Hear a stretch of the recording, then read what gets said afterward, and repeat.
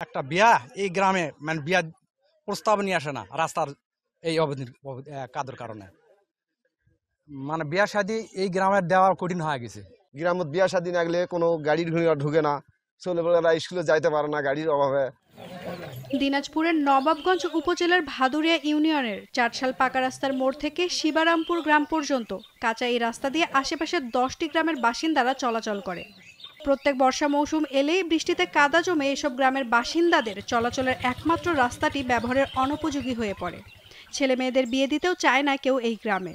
এই রাস্তাতে এদিকে আরো 2-3টা গ্রাম আছে, এই 2-3টা গ্রাম এবং শিবরামপুর কোনো প্রকার চলাচল রুগী নেওয়া যায় না, ছেলে হারে লেখাপড়া হয় না। একটা বিয়া এই গ্রামে মানে বিয়া প্রস্তাব নিয়ে আসে না রাস্তার এই কাদর কারণে।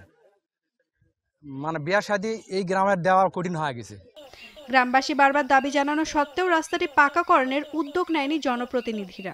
এতে প্রায় 10টি গ্রামের 20,000 বাসিন্দা ও স্কুলের শিক্ষার্থীরা ভোগান্তিতে পড়েছেন। একটু বৃষ্টি হলেই রাস্তাটি দেখে মনে হয় হাল চাষ করার জমি। কর্দমাক্ত রাস্তা দিয়ে চলাচলে এলাকাবাসীকে সীমাহীন দুর্ভোগ পোহাতে হচ্ছে। আমি গাড়ি নিয়ে বালু নিয়ে গেছিল, টিপ নিয়ে গেছিল, যে রাস্তার পরিস্থিতি, যে কষ্ট করে বালু নিয়ে যেতে হইলো, এভাবে রাস্তা চলা যায় না। এ রাস্তা নিয়ে যেন আমার গাড়ির কাম সারা হয়ে গেছে, মানে কাদর জ্বালায় যাওয়া যায় না।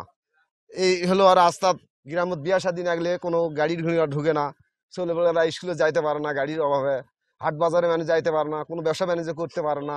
খুব কষ্ট, আমার প্রচুর কষ্ট, এভাবে চলা যায় না। স্কুল কলেজের ছাত্রছাত্রী সহ শিশু শিক্ষার্থী ও পথচারীদের চলাচলে দুর্ভোগের শেষ নেই। রাস্তাটির পাশে থাকা গাছ কর্তন না করার ফলে টেন্ডার হওয়ার পরেও কাজ শুরু হয়নি। এমন ভোগান্তির প্রতিবাদ স্বরূপ রাস্তাটিতে ধানের চারা রোপণ করেছেন গ্রামবাসী ও পথচারীরা। এই রাস্তার কারণে অনেক জটিল রোগী তাড়াতাড়ি হাসপাতালে নিয়ে যাওয়ার জন্য আমরা কোনো যোগাযোগ ব্যবস্থা করতে পারি না। যদিও যোগাযোগ থাকে তারা বলে না, এই কাদত নিয়ে যাবে না।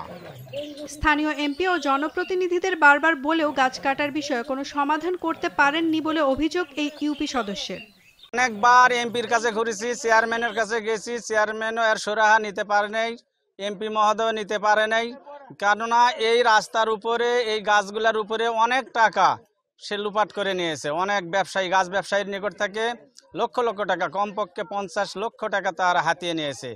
এ কারণে ওরা গাছ ব্যবসায়ীরা চাপ দিছে এবং সে নিজেই রাতের বেলায় দুর্বৃত্ত লাগিয়ে গাছ কাটে এবং অন্যদের উপর চাপ দিচ্ছে। আর আমাদের শিবরামপুর থেকে কাশিয়াড়া এবং চারশালে ব্রিজ 2 কিলো রাস্তা, কাঁচা রাস্তা। এখানে আমরা কিছু সদস্য গাছ নাগার পরা এটা চালাকিদের রফিক বলছে যে আমরা গাছটা কাটবো, যেখানে এখানে রাস্তা টেন্ডার হয়ে গেছে, আমরা গাছ কাটবো। এই চালাকি দিয়ে গাছটা আটকে নিচ্ছে, নেওয়ার পরে এখন বলতেছে আমি 30 বছর পর কাটবো।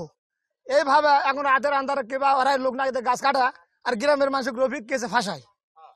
আমরা চাই, আমরা সদস্যরা কোনো টাকা পয়সা চায় না, কোনো গাছ চায় না, যত তাড়াতাড়ি গাছ সরকার টেন্ডারে কাটে নিয়ে যাওয়া হোক আর আমাদের রাস্তাটা পাকা করার অনুমতি দেওয়া হোক। জনদুর্ভোগ ও বিড়ম্বনার অবসান ঘটাতে রাস্তাটি পাকা করা প্রয়োজন এবং রাস্তাটি পাকা করার জন্য গাছগুলো টেন্ডারের মাধ্যমে কর্তন করার জন্য সংশ্লিষ্ট কর্তৃপক্ষের হস্তক্ষেপ কামনা করেন স্থানীয়রা। নাওমিন নাসরিন, টেলিসান।